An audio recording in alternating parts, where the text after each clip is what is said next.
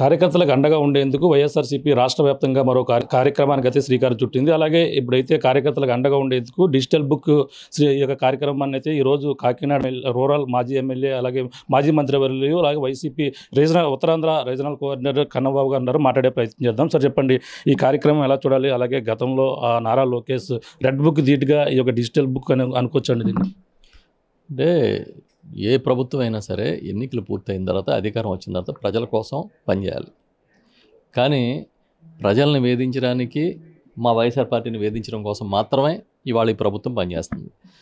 చంద్రబాబు నాయుడు గారి కుమారుడు ఆ లోకేష్ గారు రెడ్ బుక్ అని ఒకటి రాసుకుని దాంట్లో పేర్లు రాసుకుని మేము వేధిస్తామని ముందే ఊరువాడ చెప్పి ఇప్పుడు వాళ్ళందరి మీద కేసులు పెట్టి లోపలేస్తున్నారు. ఎప్పుడైతే ఈ తండ్రి కొడుకు ఈ వేధింపులకి తెరతీశారో కిందున్న నాయకులు కింది స్థాయి వరకు కింది స్థాయి కార్యకర్తల వరకు కూడా ప్రతి గ్రామంలో కూడా ఇదే రకమైన కార్యక్రమం ఉంది. దీనికి పోలీసులు చాలా దుర్మార్గంగా వంతపడుతున్నారు, అబద్ధం కేసులు కడుతున్నారు. చివరికి హైకోర్టే పోలీసులను పిలిచి అసలు మీరు ఎలా పనిచేస్తారో మీకు ఏమైనా అర్థమవుతుందా అని మొట్టుకేలేసిన పరిస్థితి వచ్చింది. ఈ క్రమంలో మా వైఎస్ఆర్ పార్టీ శ్రేణులకి నాయకులకి కార్యకర్తలకి మా నాయకుడు జగన్మోహన్ రెడ్డి గారు అండగా ఉంటూ వాళ్ళ డిజిటల్ బుక్ను ప్రారంభించారు.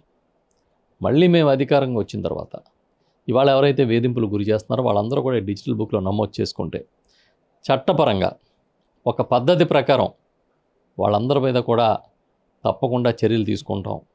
అది అధికారం అవ్వచ్చు, ఇప్పుడంతా చేసిందంతా చేసి రిటైర్ అయిపోవచ్చు, లేకపోతే ఇప్పుడు ఊర్లో మేము మహానాయకులు అని చెప్పి ఎవడి మీద పడితే ఆడి మీద విరుచుపడుతున్న కొంతమంది పెద్దలు అవ్వచ్చు, నాయకులు అవ్వచ్చు, వీళ్ళందరూ కూడా ఇది మంచి పద్ధతి కాదు, తప్పుడు పద్ధతిలో వెళ్ళారని తెలిసిన ప్రతి ఒక్కరు వివరాలు కూడా అందులో నమోదు చేయండి.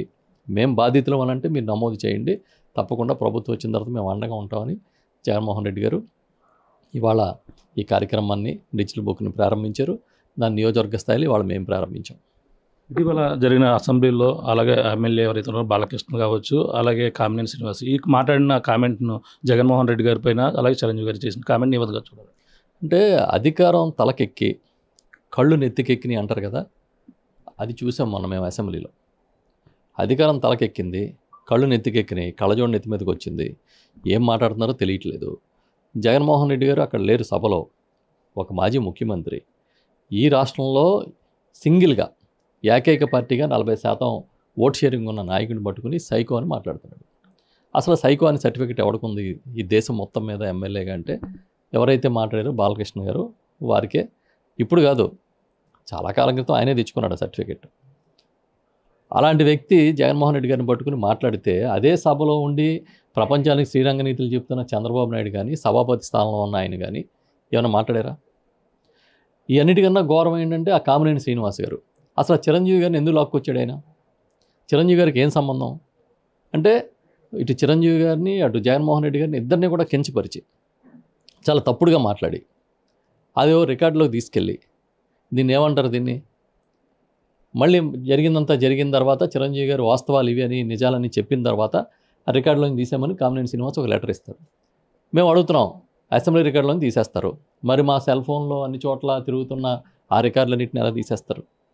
సోషల్ మీడియాలో ఆన్లైన్లో ఉన్న రికార్డుని ఎవడు తీసేస్తాడు? అంటే జగన్ గారికి చిరంజీవి గారికి చేయాల్సినంత అవమానం చేసేసి ఇప్పుడు మళ్ళీ పతివ్రత కబుర్లు చెప్పినట్టుగా అవన్నీ తీసామని చెప్తున్నారు. అంటే కొంచెం కూడా జ్ఞానం లేదు. మీకంటూ సొంత మీడియా కొంత ఉంది కనుక ఆ ముసుగులో బతికేస్తున్నారు తప్పించి ఎక్కడైనా నిజాయితీ ఉందా? ఒక ప్రజా సమస్య మీద చర్చించారా? ఒక రైతుల సమస్య మీద చర్చించారా? ఒక మహిళల సమస్య మీద చర్చించారా?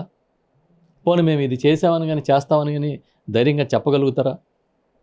ఎంతసేపు జగన్మోహన్ రెడ్డి గారి మీద పడి అవాకులు చవాకులు మాట్లాడడం, హేళన చేయడం. మేము అడుగుతున్నాం, ఇవాళ సూటిగా అడుగుతున్నా, రాష్ట్రంలో వైఎస్ఆర్ పార్టీకి మొన్న ఎన్నికలో 40% ఓటు షేరింగ్ ఉంది.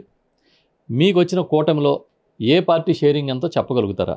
మీ పర్సంటేజ్ ఆఫ్ ఓటింగ్ ఎంత టీడీపీకి కానీ జనసేనకి కానీ బీజేపీకి కానీ చెప్పండి. ఎమ్మెల్యేలు ఎవరన్నా మాట్లాడితే వాళ్ళ క్లాసులు తీసేయడని చెప్పి చంద్రబాబు నాయుడు గారు క్లాసులు తీసుకున్నారని చెప్పి మేము చూసాం మీడియాలో. ప్రతిపక్షం రాకూడదు, ఎమ్మెల్యేలు ఎవరో ప్రశ్నలు వేయకూడదు. ఒక వ్యూహం ప్రకారం ఆయన నడిపిస్తాడు అక్కడ. ఇవన్నీ ప్రజలు గమనించట్లేదు అనుకోవద్దు. ప్రజలందరూ గమనిస్తున్నారు. కనీసం చట్టసభ అనే గౌరవం లేకుండా ప్రవర్తించినందుకు నిన్నటితో అసెంబ్లీ పూర్తయింది. సమావేశాల్లో క్షమాపణ చెప్తారేమో అని మేము ఎదురు చూసాం. అదే కౌన్సిల్లో ఒక పక్కన కుప్పం ఎమ్మెల్యే అని ఒక వైఎస్ఆర్ ఎమ్మెల్సీ గారు చెప్పినందుకు అది చాలా అసభ్యకరమైనట్టుగా మాట్లాడినట్టుగా పెద్ద అల్లరి చేశారు. కుప్పం ఎమ్మెల్యే అంటే అదేంటి తప్ప? మీరు పులివెందుల ఎమ్మెల్యే అనొచ్చా? మరి జగన్మోహన్ రెడ్డి గారు పులివెందుల నుంచి గెలిచి పులివెందుల ఎమ్మెల్యే అయితే కుప్పం నుంచి గెలిచినప్పుడు కుప్పం ఎమ్మెల్యే కాకపోతే ఏమవుతాడు? ఏం పడితే అది మాట్లాడడం, మీకేదో రాజ్యాంగం ప్రత్యేకంగా రాసుకున్నట్టుగా బిహేవ్ చేయడం అలవాటైపోయింది. మీకు కేవలం మీకున్న దన్ను ఏంటంటే ఆ మీడియాలో ఒక సెక్షన్ సపోర్ట్ ఉంది కాబట్టి ఆడిందాట పాడింది పాట కింద జరుగుతుంది. ఇవాళ జగన్మోహన్ రెడ్డి గారు డిజిటల్ బుక్ పెట్టాల్సిన ఆవశ్యకతను ఎవరు తీసుకొచ్చారు? అధికారంలోకి వచ్చిన మర్నాడు నుంచే ఎన్ని రకాల దుర్మార్గాలు, ఎన్ని దాడులు, కాళ్ళు చేతులు రోడ్ల మీద నరికేసి చూడలే మేము? శిలాఫలకాలన్నీ తీసి ముక్కలు ముక్కలు చేసి విసిరేయలేదా? ఎవరిని పడితే వాళ్ళని కొట్టడం, ఎవరిళ్ళ మీద పడితే వాళ్ళ మీద దాడి చేయడం, ఒక అహంభావం ఇవాళ రాజ్యం ఏలుతుంది అక్కడ. మేము అడుగుతున్నాం, చిరంజీవి గారి మీద కామినేని శ్రీనివాస్ గారు చేసిన వ్యాఖ్యల సమయంలో, లేకపోతే ఈ బాలకృష్ణ వ్యాఖ్యలు చేసినప్పుడు, జగన్మోహన్ రెడ్డి గారిని బాలకృష్ణ, కామినేని శ్రీనివాసు చాలా మాట్లాడకూడని భాష మాట్లాడినప్పుడు మరి ఆ సభలో ఉన్న ఎమ్మెల్యేలు అందరూ ఎందుకు ఖండించలేదు? ఆ సభాపతి ఎందుకు ఖండించలేదు? ఆ సీఎం గారు ఎందుకు ఖండించలేదు? సభానాయకుడు ఏంటంటే మీకు చెల్లుబాటు అవుతుందనే భావనలో ఉన్నారు అంతా. ఎల్లకాలం ఏది చెల్లుబాటు అవ్వదు. మేము మళ్ళీ చెప్తున్నాం, దయచేసి ప్రజా సమస్యల మీద దృష్టి పెట్టండి. పాలన గాలికి వదిలేశారని ప్రజలందరూ మాట్లాడుకుంటున్నారు. దాని గురించి తెలుసుకోండి ఫస్ట్. చివరికి సకాలంలో జీతాలు ఇవ్వలేని పరిస్థితిని రాష్ట్రానికి తీసుకొచ్చారు. 15 నెలల్లో 2 లక్షల కోట్లు అప్పులు చేశారు. జగన్ గారు స్కూల్ బాగు చేస్తే వాటన్నిటిని బూజులు పట్టిస్తున్నారు. ప్రైవేటు మెడికల్ కాలేజీలు అని చెప్పి ఉన్న మా గవర్నమెంట్ కాలేజీలన్నింటినీ ప్రైవేట్గా అప్పగించేసే కార్యక్రమం చేస్తున్నారు. ఇవంతా డైవర్షను. ఆ మెడికల్ కాలేజీలది బాగా అలరైపోయి మీకు బ్యాడ్ నేమ్ వస్తుందని చెప్పి ఎవరిని తిడితే మంచిగా పబ్లిసిటీ అటు టర్న్ అవుద్దో చూసుకున్నారు.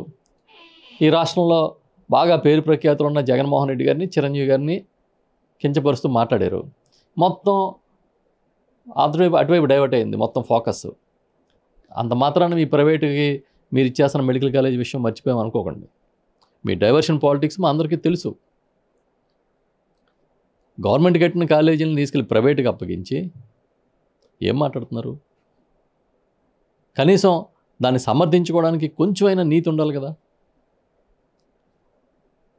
అందుకే మళ్ళీ చెప్తున్నాం, ఇప్పటికైనా ప్రజా సమస్యల మీద దృష్టి సారించమని. అంటే కోవిడ్ వంటి కష్టకాలంలో సినీ పరిశ్రమని ఆదుకోమని వెళ్తే అవమానించారు కాబట్టి ఇప్పుడు ఈ సందర్భంలో లేవలెత్తినటువంటి పరిస్థితి ఉందని కూడా కూటమి నాయకులు చెప్పుకొస్తున్నారు. యాక్చువల్గా ఈ రోజున చూడండి మీరు, మొన్న చిరంజీవి గారు సుదీర్ఘంగా లెటర్ రాసిన తర్వాత ఆయన ఏం రాశారు? జగన్ గారు అవమానం చేశారని రాశారా? ఏం జరిగింది, ఎలా జరిగింది, మమ్మల్ని గౌరవంగా చూసుకున్నారనే అర్థంలోనే ఆయన రాశారు. ఆ తర్వాత కళ్ళు తెరుచుకున్నాయి అందరికీ. అది కాకుండా ఆర్ నారాయణమూర్తి, పీపుల్ స్టార్ అంటారు ఆయన్ని, ఒంటి మీద ఒక జత బట్టలు, ఇంట్లో ఒక జత బట్టలు ఉన్న అంత స్థాయిలో నీతి నిజాయితీతో బతికే వ్యక్తి. ఆయన చెప్పాడు, మాకు చాలా గౌరవంగా జగన్మోహన్ రెడ్డి గారు ఆ రోజు చూశారు, నేను కూడా వెళ్ళాను, చిరంజీవి గారు ఏదైతే చెప్పారో అది నిజమని. కానీ ఒక అబద్ధాన్ని ఎలా తిప్పారంటే 3 ఏళ్ల నుంచి నిజమని ప్రతి ఒక్కడిని నమ్మించే స్థాయికి ప్రచారం చేశారు. ఇప్పుడు నిజం నిలకడమే తెలుస్తుంది, వాళ్ళు తెలిసింది. పాపం మొన్న బాలకృష్ణ గారు ఆయన చెప్తున్నాడు, ఈ గవర్నమెంట్లో ఎఫ్డీసీ ఒక సినీ ప్రముఖ లిస్ట్ రాస్తే నా పేరు 9వ పేరు రాశారు అని. ముందు దాని సంగతి చూడమనండి. వాళ్ళ బావ ముఖ్యమంత్రిగా ఉండి వాళ్ళ అల్లుడు, సొంత అల్లుడు మొత్తం ప్రభుత్వాన్ని నడుపుతున్న పరిస్థితుల్లో సినిమా లిస్టులో 9వ పేరు రాశారంట అయింది. దీన్ని బట్టి ఏం చెప్పాలి మనం? ఎవరెవరికి గౌరవం ఇచ్చినట్టు? ఆ రోజు సినిమాటోగ్రఫీ మినిస్టర్ గారు చెప్పారు, ఇదే బాలకృష్ణ గారు జగన్ గారి దగ్గరికి వస్తానని అంటే ఆయనకి ఏం కావాలో అది చేసి దానికి ఎందుకులే రావడం అన్నారని పేరు నాని గారు చెప్పారు. అంటే ఎవరికి గౌరవం ఇచ్చినట్టు? ఇంకా కొంచెం ముందుకెళ్తే వాళ్ళ ఇంట్లో ఏం సంఘటన జరిగిందో బాలకృష్ణ గారి ఇంట్లో, అప్పుడు రాజశేఖర రెడ్డి గారు ముఖ్యమంత్రిగా ఎలా ఉన్నారు, ఏం చేశారు. రాజశేఖర రెడ్డి గారు నిన్న మొన్న ఒక వీడియో చూసా ఒక ఆన్లైన్లో. డైరెక్ట్గా ఏమయ్యా చంద్రబాబు, నీ బావమరిది బాలకృష్ణ ఇంట్లో సంఘటన జరిగితే కనీసం దాన్నైనా మేము రాజకీయానికి వాడుకుందామని అనుకున్నామా? నువ్వు చెప్పవా, నువ్వు ప్రతిదీ నీకు రాజకీయమే తప్ప మేము ఎప్పుడన్నా అలాంటి వాడుకున్నామా అని సూటిగా అసెంబ్లీలో మాట్లాడిన రికార్డు నేను చూశాను. దీన్ని బట్టి ఎవరు నిజాయితీ పరులు, ఎవరు నిజాయితీగా రాజకీయం చేస్తున్నారో మనం అర్థం చేసుకోవాలి.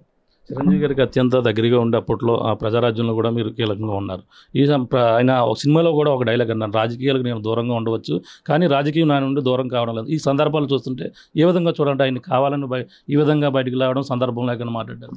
అంటే చిరంజీవి గారి మీద మాట్లాడితే వాళ్ళకి పేరు వస్తుందనో, ప్రజల దృష్టి అంతా అటు మళ్ళీపోద్దనో, అసలు ప్రజా సమస్యలు వీళ్ళు చేసిన దుర్మార్గాలు పక్కదారి పడతాయనేది ఆలోచన అయి ఉండొచ్చు. లేదా చిరంజీవి గారిని పాపం ఆయన రాజకీయాలకు దూరంగా ఉండి రాజకీయాలను నేను పట్టించుకోవట్లేదని చెప్పి తన పని తాను చేసుకుంటూ ఎప్పుడైనా సినిమా ఇండస్ట్రీలో సమస్యలు వస్తే లేకపోతే ప్రజలకు ఏదో తుఫాను లాంటివి వచ్చినప్పుడు అండగా నిలబడడం తప్ప ఏ రోజైనా మీ జోలికి వచ్చారు?